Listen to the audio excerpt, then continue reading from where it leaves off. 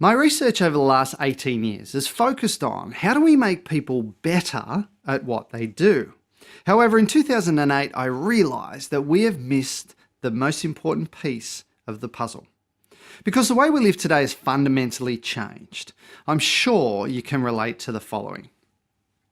You're writing a report, but really you're answering emails when the phone rings for the 20th time. It's Renee from HR. She has a complaint of bullying against one of your team. You try without success to sort out the issue, when suddenly you realise you're late for a meeting with operations, but you contribute nothing as your thoughts are consumed with the call from HR. In the blink of an eye, you're behind the wheel chauffeuring your kids, all the time answering emails on your phone. At home, you are greeted by a partner who's had a crap day and expects you to magically make it better. You then turn school teacher and help the kids with their homework, all the while trying to access the part of your brain that paid attention in trigonometry. You prepare for the next day. An email pops up from your manager saying he has assigned you an extra project. After mentally fashioning a voodoo doll of him and sticking it full of pins, you open up your MBA course. You know, the one that you enrolled in because you're lacking a challenge in life. You pour yourself into bed. Your partner decides now is the time to discuss issues in your relationship. After resisting the urge to suffocate them with your pillow, you pass out. You wake up drooling. A small child is standing next to you saying, "There's a monster in my room." As you tuck him back in, you hope there is a monster in the room and they kill you now. The alarm clock flashes 4:30 a.m. Only 1 hour and 30 minutes till it all starts again. We can't work any harder. We can't fit any more in. Time management is dead and there's no boundaries between work and home anymore. Our life is spent rapidly transitioning between different roles and environments, each requiring us to be different things to different people. But my research is showing that we're struggling to be this adaptable. So what is the missing piece to performance? It's how we leverage the transitional gap between what we do. I call this gap the third space. The new competitive advantage in business and life is the ability to transition rapidly, to be resilient and get over what you've just been through, and then show up with the right thoughts, emotions, and behavior that gets the most out of what is coming next. All this occurs in the third space. The third space amazingly separated elite athletes from the rest of the pack. You know, there's very little difference between top tennis players in terms of speed, accuracy, and power during the point. Where the elite players differ is what they do in between the points. In the third space, the best players reflect on the previous point and put it behind them. They relax deeply to calm their mind and conserve their energy. Finally, they focus their mind and emotions to be at their best for the next point as they transition into it.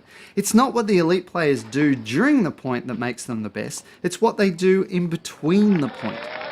You know, one of the biggest challenges we face is we have a terrible day at work and we bring that mindset home with us and take it out on our family.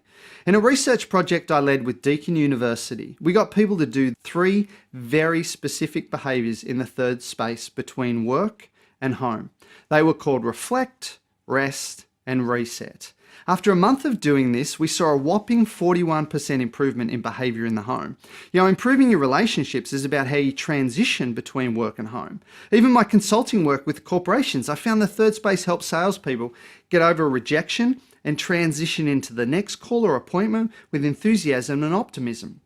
Leaders used it to get over a difficult meeting and show up to the next one baggage-free and focused. HR professionals used it to move effectively between a termination and a performance review. It even helped people stick to their diet rather than eating the wrong food when they opened the fridge.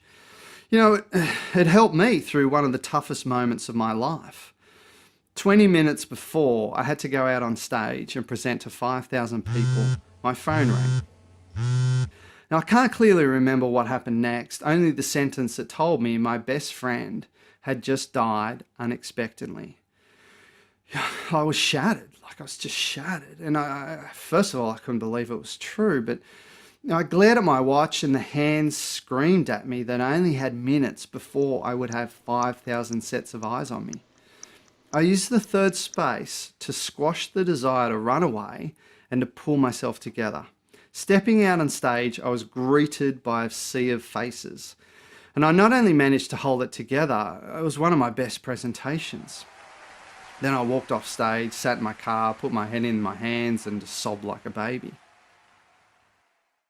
What allowed me to do that presentation under such difficult circumstances was what I did in the third space between getting that phone call and walking out on stage.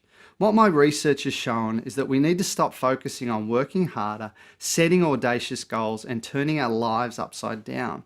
What I know is that in terms of happiness, balance, and performance, it's not what we do, it's what we do in between what we do that really matters. If you want to be a better partner, better parent, better leader, better employee, it's all waiting for you in the third space.